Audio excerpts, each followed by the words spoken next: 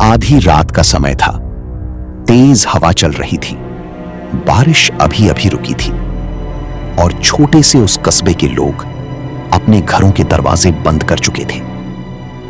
लेकिन उस रात मंदिर के पीछे बने पुराने घर से अचानक एक आदमी की चीख सुनाई दी।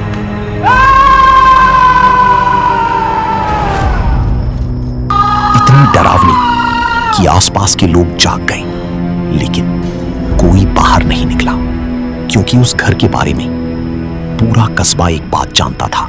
रात में वहां जो भी होता है उसे देखने नहीं जाना चाहिए। सुबह लोग घर के पीछे जमा थे और जो उन्होंने देखा उसे देखकर सबका खून जम गया। घर के पीछे वाले पुराने पेड़ पर एक आदमी की लाश लटकी हुई थी। चेहरे पर ऐसा डर जैसे मरने से पहले उसने कुछ ऐसा देखा हो जिसे इंसान समझ ही ना पाए। लेकिन सबसे डरावनी बात, उसके शरीर पर चोट के निशान थे, जैसे किसी ने उसे बेरहमी से पीटा हो, और मिट्टी पर घसीटने के निशान, जैसे उसे घसीट कर वहां तक लाया गया हो। लेकिन घर अंदर से बंद था, फिर उसे वहां तक लाया कौन? और मरने से पहले उसने आखिर देखा क्या था? कहानी शुरू होती है कुछ महीने पहले। एक छोटा परिवार रहने के लिए नया घर ढूंढ रहा था। परिवार में थे राघव, उसकी पत्नी सावित्री और उनकी छोटी बेटी गौरी। छोटा कस्बा था, किराया महंगा और पैसे कम। कई दिन ढूंढने के बाद एक आदमी ने उन्हें बताया, मंदिर के पास एक पुराना घर है, बहुत सस्ते में मिल जाएगा। लेकिन वो बोलते बोलते रुक गया। राघव ने पूछा, लेकिन क्या? उसने सिर्फ इतना कहा, लोग ज्यादा दिन रुकते नहीं। राघव हंस पड़ा, भूत प्रेत वाली कहानी होगी। और अगले ही दिन वो लोग उस घर में रहने चले गए। घर बहुत पुराना था, दीवारों पर नमी, लकड़ी के दरवाजे, अजीब सी गंध, और घर के ठीक पीछे एक बहुत पुराना पेड़, जिसे मोहल्ले वाले शाम के बाद देखना भी पसंद नहीं करते थे। पहले कुछ दिन सब सामान्य लगा, लेकिन चौथे दिन अजीब बातें शुरू हुई। रात में छत पर कदमों की आवाज, रसोई में बर्तनों का अपने आप हिलना, और कभी-कभी मंदिर की घंटी, जबकि मंदिर बंद होता था।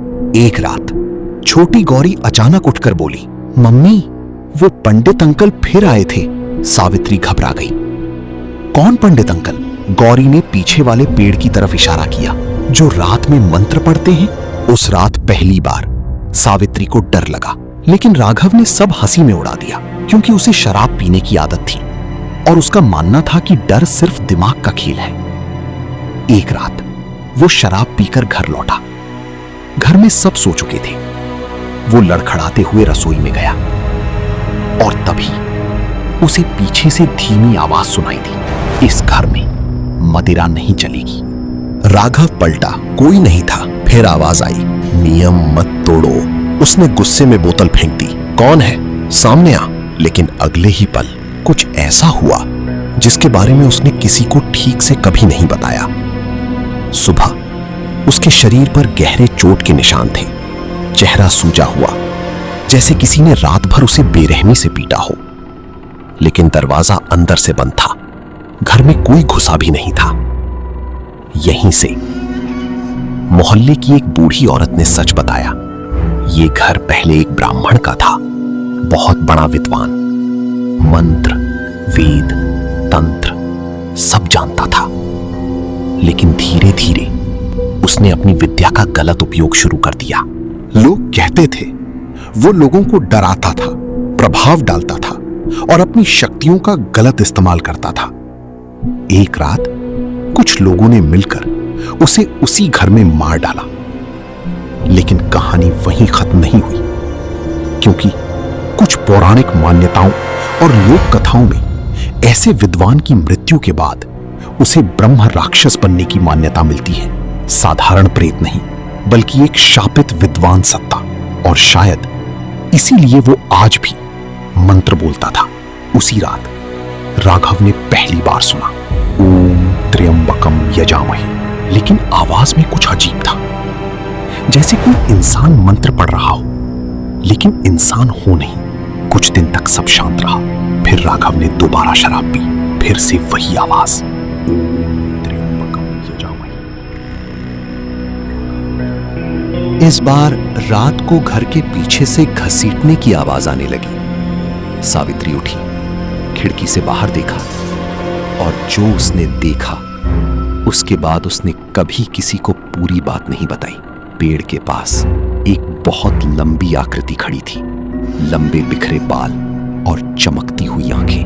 उसके होठों पर मंत्र था, मृत्योर्मा अमृतम गमय, और उसके सामने राघव घुटनों पर गिरा हुआ था, जैसे किसी अदृश्य ताकत ने उसे पकड़ रखा हो। अगली सुबह राघव की लाश पेड़ पर मिली और उसके बाद सावित्री अपनी बेटी के साथ घर छोड़ना चाहती थी, लेकिन अजीब बातें होने लगी। सामान वापस घर में मिलना, गौरी का बीमार पड़ना, हर रात वही आवाज, ये घर छोड़कर मत जाओ। धीरे धीरे उन्होंने घर में एक छोटा स्थान बना दिया, भक्ति से नहीं, डर से। कहते हैं आज भी उस घर में कुछ नियम है, मदिरा नहीं, अपमान नहीं। और कुछ लोग दावा करते हैं कुछ खाने की चीजें भी वहां पसंद नहीं की जाती। लेकिन सबसे डरावनी बात, आज भी रात में उस घर की रसोई से कभी कभी आवाज आती है, नियम मत तोड़ो। लेकिन सबसे बड़ा सवाल आज भी बाकी है, अगर वो सिर्फ एक लोक कथा है तो उस घर में आज भी आधी रात को संस्कृत के मंत्र कौन पढ़ता है? और लोग उस घर में ज्यादा दिन टिक क्यों नहीं पाते? आप क्या मानते हो? क्या उस घर में सच में ब्रह्म राक्षस था या इसके पीछे कोई और रहस्य छुपा है? सनातन धर्म के ऐसे ही गहरे और अनसुने रहस्यों के लिए धर्मबोध को सब्सक्राइब करो। ऐसे और रहस्य जानने के लिए बेल आइकन जरूर दबाएं।